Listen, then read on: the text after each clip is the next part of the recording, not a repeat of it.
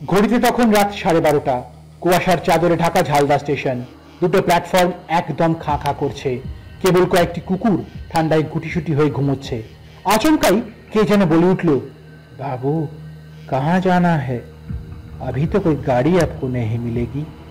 सुबह 5 बजे के पहले कोई गाड़ी नहीं है।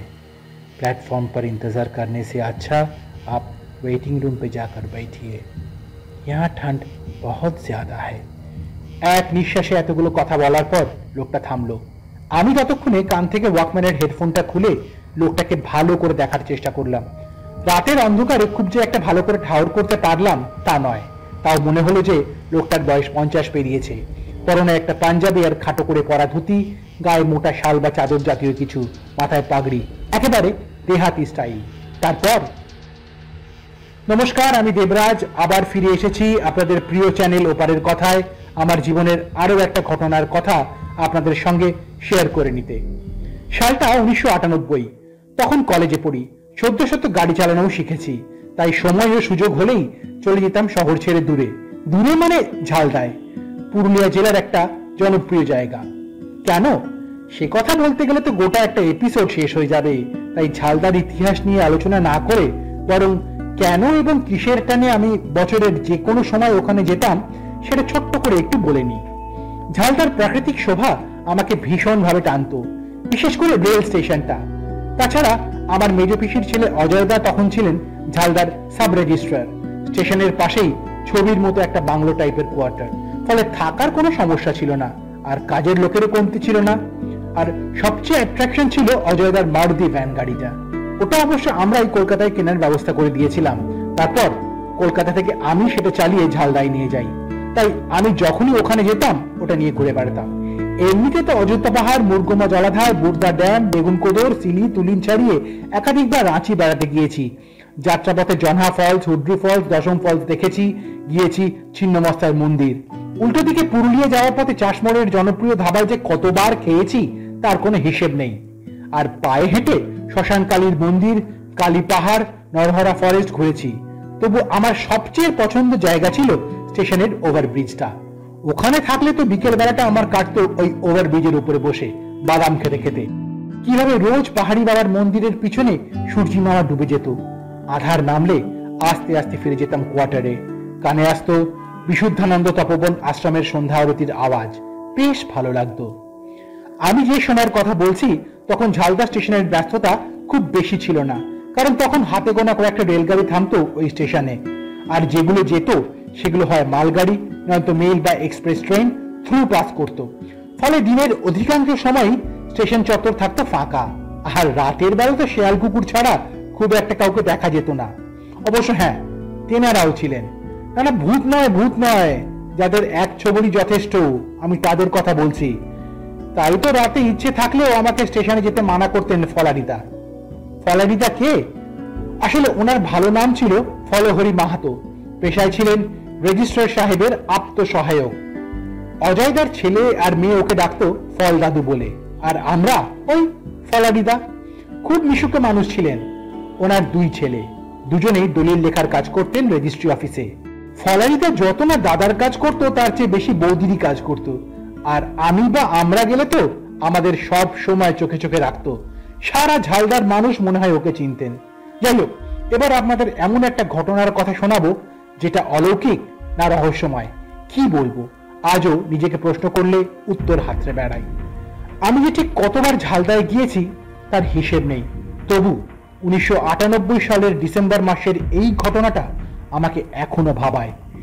এমনিতে পুরুলিয়া জেলায় ঠান্ডা ভালোই পড়ে, আর সেই সময় তো ডিসেম্বর মাসে পারদ প্রায় 4-5 ডিগ্রিতে নেমে যেত। সেই রকম একটি রাতের ঘটনা। সেবার আমার সঙ্গে আমার বাবা, মা আর বোন গিয়েছিল ঝালদায়, আর ছিল আমার প্রিয় বন্ধু কৃষাণু। মা, বাবা আর বোন থাকতো ফরেস্ট বাংলোতে, আমি আর কৃষাণু ছিলাম দাদার কোয়ার্টারে। প্রতি রাতে খাওয়া দাওয়ার পরে আমি ওদের ড্রপ করে আসতাম ফরেস্ট বাংলোতে, আবার সকালে ফোন করলে তুলে আনতাম। যদিও দাদার কোয়ার্টার থেকে ফরেস্ট বাংলোর দূরত্ব খুব বেশি ছিল না। সেরকমই একটি রাতের ঘটনার কথা বলবো। সেই রাতে আমাদের নেমন্তন্ন ছিল ঝালদার রানীর বাড়িতে। ডিনারের পরে মা বাবাকে ড্রপ করে আমি ফিরে এসেছি বাংলোয়, কিন্তু বিছানায় শুয়ে কোনো মতেই ঘুম আসছিল না। হয়তো পেট একটু বেশি ভরে গিয়েছিল, তাই কেমন একটা লাগছিল। ওদিকে আমার বন্ধু কৃষাণু তো ততক্ষণে দুটো লেপের মধ্যে ঢুকে দিব্যি ঘুমোচ্ছে, বাকিরাও তাই। আমি কি আর করি, বারান্দায় গিয়ে দাঁড়ালাম। প্রচন্ড ঠান্ডা, দূরে কোথাও শেয়াল ডাকছে। বারান্দা থেকে প্ল্যাটফর্মটা দেখা যায়। দেখলাম আলো আধারিতে একটা অদ্ভুত মায়াবী পরিবেশ তৈরি হয়েছে। আমাকে যেন হাতছানি দিয়ে ডাকলো। আমি সোয়েটার আর জ্যাকেট চাপিয়ে টর্চ হাতে নিয়ে চললাম প্ল্যাটফর্মের দিকে। সঙ্গে নিলাম ওয়াকম্যান। এক ঝলকে হাত ঘড়ির দিকে তাকালাম, দেখলাম রাত 11:30। মনে মনে বললাম, কি আর হবে, হয় ভূতে ধরবে নয় শীতে মারবে, তবে এরকম অভিজ্ঞতা তো আর হবে না। তাই সোজা গিয়ে বসলাম 1 নম্বর প্ল্যাটফর্ম লাগোয়া একটি বেঞ্চে। মাথার উপর খোলা আকাশ, একটু একটু করে কুয়াশা যেন আমাকে ঘিরে ফেলার চেষ্টা করছিল। আমি কোনো দিকে না তাকিয়ে কানে হেডফোন গুঁজলাম, শুনছিলাম আমার নিজের তৈরি করা কালেকশন। কতক্ষণ যে এভাবে কেটে গিয়েছে বুঝতেই পারিনি। আচমকা খেয়াল করলাম আমার পাশে দাঁড়িয়ে একটা ছায়া মূর্তি। হয়তো অনেকক্ষণ ধরেই আমাকে উদ্দেশ্য করে কিছু বলছিল, কিন্তু আমার কানে হেডফোন থাকায় শুনতে পাইনি। যখন লোকটার উপস্থিতি টের পেলাম, তখন কান থেকে হেডফোন খুলে মুখ তুলে তাকালাম। লোকটা তখন বলল, बाबू कहाँ जाना है? अभी तो कोई गाड़ी आपको नहीं मिलेगी। सुबह 5 बजे के पहले कोई गाड़ी नहीं है। प्लेटफॉर्म पर इंतज़ार करने से अच्छा आप वेटिंग रूम पे जाकर बैठिए, यहाँ ठंड बहुत ज़्यादा है। একে অন্ধকার, তারপর কনকনে ঠান্ডা, তার মধ্যেও দেখি লোকটা একটা হালকা রঙের পাঞ্জাবি আর দেহাতি মার্কা ধুতি পরে আছে, গায়ে মোটা চাদর, মাথায় পাগড়ি, আর সেটা দিয়েই কানটা ঢাকা। হাতে একটা লাঠিও ছিল, তবে মাঝবয়সী লোকের হাতে লাঠি কেন বুঝতে পারছিলাম না। আমার দিক থেকে কোনো জবাব না পেয়ে লোকটা আবার বলল, বাবু আপ ইস এলাকে মে নয়ে হো ক্যা? আমি বললাম যে ঠিক নতুন নই, তবে এখানে থাকি না। শুনে লোকটা জানতে চাইলো যে আমি রাঁচি থেকে আসছি কিনা। আমি বললাম, না না, হাম কলকাতা সে আয়ে হ্যাঁ। চুপ করে রইল। ও হয়তো কলকাতা নামটার সঙ্গে একেবারেই পরিচিত ছিল না, তাই বলল, आप बाहर से आए हो तो इसलिए आपको बोला कि अभी कोई गाड़ी नहीं मिलेगी। আমি আবারও ওকে বোঝানোর চেষ্টা করলাম যে আমি কোনো যাত্রী নই, ট্রেন ধরার জন্য এখানে বসে নেই, সে সময় কাটাচ্ছি। ও আমার কথা শুনে যেন আকাশ থেকে পড়লো, বলল, इतनी रात में और इतनी ठंड में आप यहाँ ऐसे ही? আর কথা না বাড়িয়ে ভাবলাম এবার এখান থেকে কেটে পড়ি বাবা। কি জানি কি মতলবে এসব বলছে। এখানে হয়তো ওয়াকম্যান আর হেডফোনটা নিয়ে পালাবে, তখন তো আমার কিছুই করার থাকবে না। এই বলে আমি বাড়ির দিকে সবে পা বাড়িয়েছি, তখনই লোকটা পিছন থেকে আবার ডাকলো, क्या बाबू चल दिए, अभी तो रात बाकी है।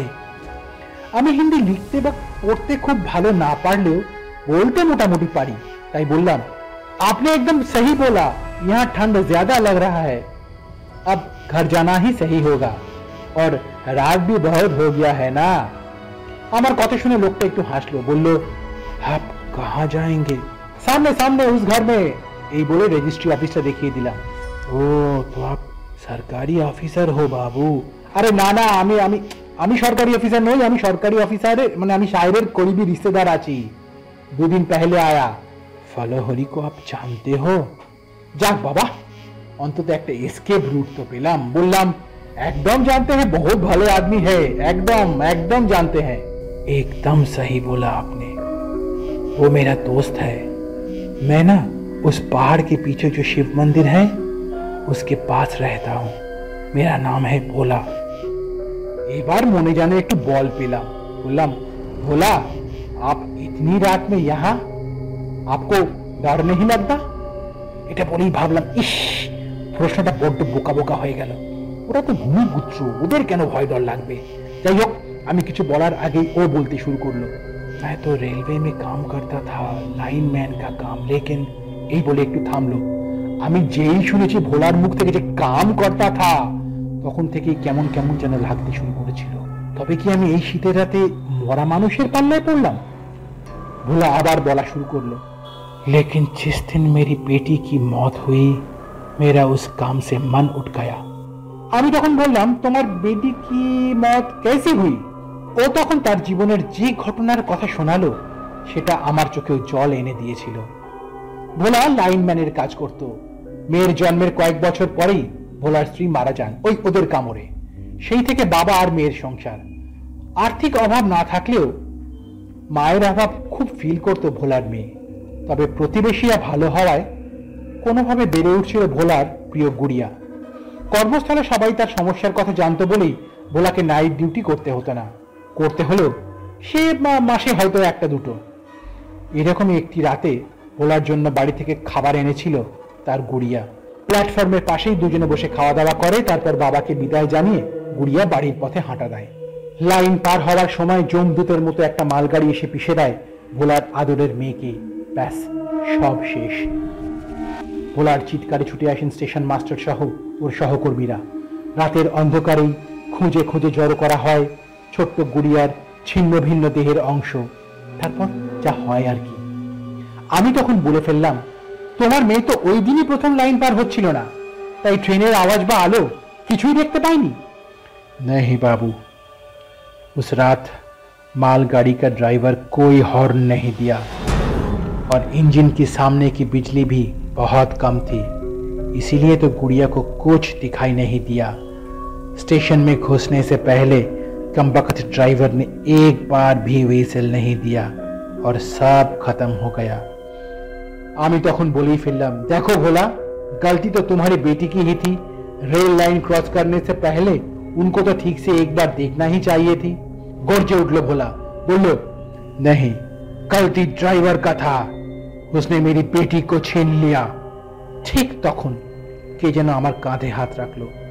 आमी घुरे ताकालाम, देखलाम स्टेशन मास्टर मिश्र बाबू।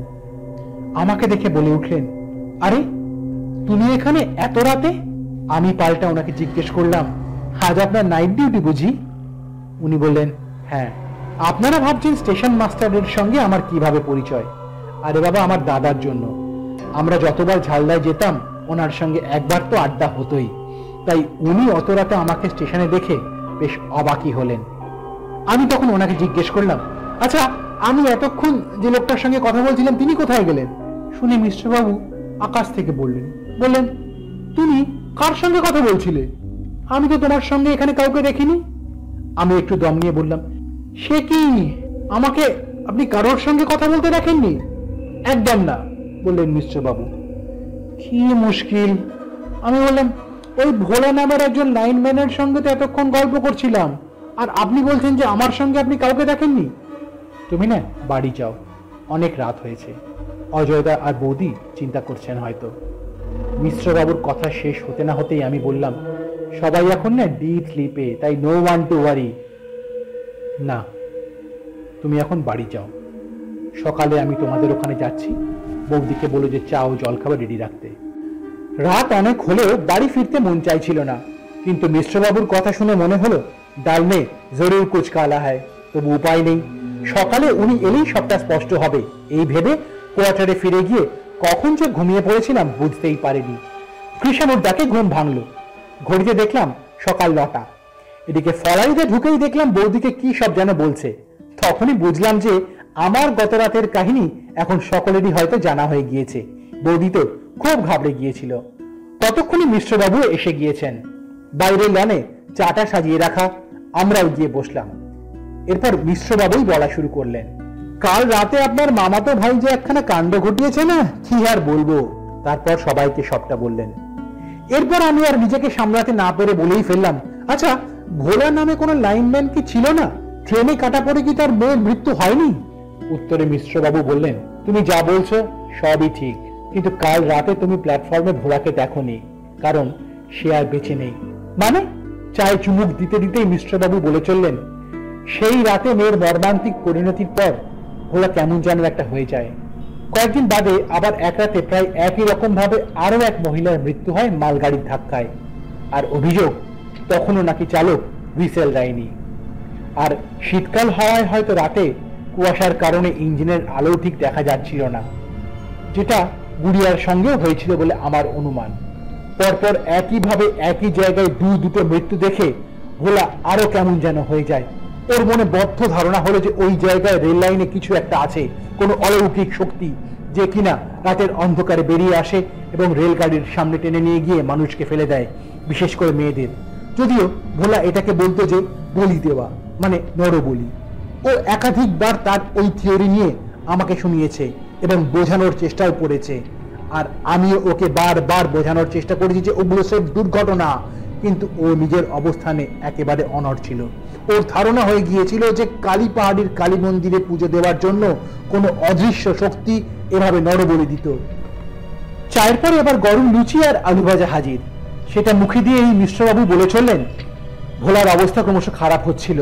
ও শুধুই নাইট ডিউটি করত, আর কোনো মাল ট্রেন গেলেই পাগলের মতো চিৎকার করত, হয়তো সাবধান করতে চাইতো। এরকম করতে করতেই হঠাৎ এক রাতে আমার কাছে এলো ভোলা, বলল ও নাকি দেখেছে যে কারা এই নরবলি দেয়। মিশ্রবাবু বলে চললেন, সেই শুনে আমি ভোলাকে বলেছিলাম যে ও যদি সবকিছুই দেখে থাকে তাহলে কিভাবে সেটা বন্ধ করা যেতে পারে সেটা ওকেই ঠিক করতে হবে। সেদিন আমার কথা শুনে ভোলা আর একটিও বাক্য ব্যয় না করে ঘর থেকে বেরিয়ে গিয়েছিল। পরদিন সকালে ওই একই জায়গায় পাওয়া যায় ভোলার ছিন্ন ভিন্ন দেহ, হয়তো কোনো মালগাড়ি বা এক্সপ্রেস ট্রেনের ধাক্কায়। এই বলে থেমে গেলেন মিশ্রবাবু। আমি বললাম, সুইসাইড? জানি না, হতেও পারে। দীর্ঘশ্বাস ফেলে বললেন মিশ্রবাবু। এতক্ষণ স্টেশন মাস্টারের সব কথা মন দিয়ে শুনছিলেন আমাদের ফলারিদা। এবার উনি বললেন, ভোলা মরে নাই, ও সবাইকে বাঁচাইতে রোজ রাতে স্টেশনে ঘুরে বেড়ায়, সাবধান করে। এখন কি আর কেউ উভাবে মরছে? ভোলা যে আছে, ঘোড়ার ডিম আছে, বলে উঠল আমার দাদা। আর সেই শুনে কৃষাণুর কি হাসি। সেই রাতে আমার সঙ্গে যে ঘটনা ঘটেছিল সেটা থেকে একটা জিনিস পরিষ্কার, যে ভোলা বলে কেউ একজন আমার সঙ্গে দেখা করতে এসেছিল। এটা জানতে যে অত রাতে আমি ওখানে বসে কি করছিলাম। হয়তো সেই সময় কোনো ট্রেন থ্রু পাস করলে আমাকে সাবধান করত, কিংবা সত্যিই হয়তো রেল লাইনে এমন কিছু ছিল যেটা মানুষকে রাতের বেলায় সেখানে টেনে নিয়ে যেত এবং যার পরিণতি ছিল বড়ই মর্মান্তিক। সেটা থেকে হয়তো আমাকে বাঁচাতে এসেছিল ভোলা, কিন্তু কি সেটা? না, এই প্রশ্নের উত্তর আমি জানার চেষ্টা করেছিলাম ঠিকই, কিন্তু পাইনি। সেই রাতে মিশ্রবাবু না এলে হয়তো ভোলার মুখ থেকেই জানতে পারতাম যে কেন সে মৃত্যুর পরেও প্রতি রাতে ফিরে ফিরে আসে স্টেশনে, রাত পাহারায়, নাকি তার আরো কিছু বলার আছে, কে জানে। আপনাদের কি মনে হয় সেটা কিন্তু অবশ্যই নিচের কমেন্ট বক্সে লিখে জানাবেন। আর ভালো লাগলে সাবস্ক্রাইব করুন ওপারের কথা, শেয়ার করুন আমাদের কথা।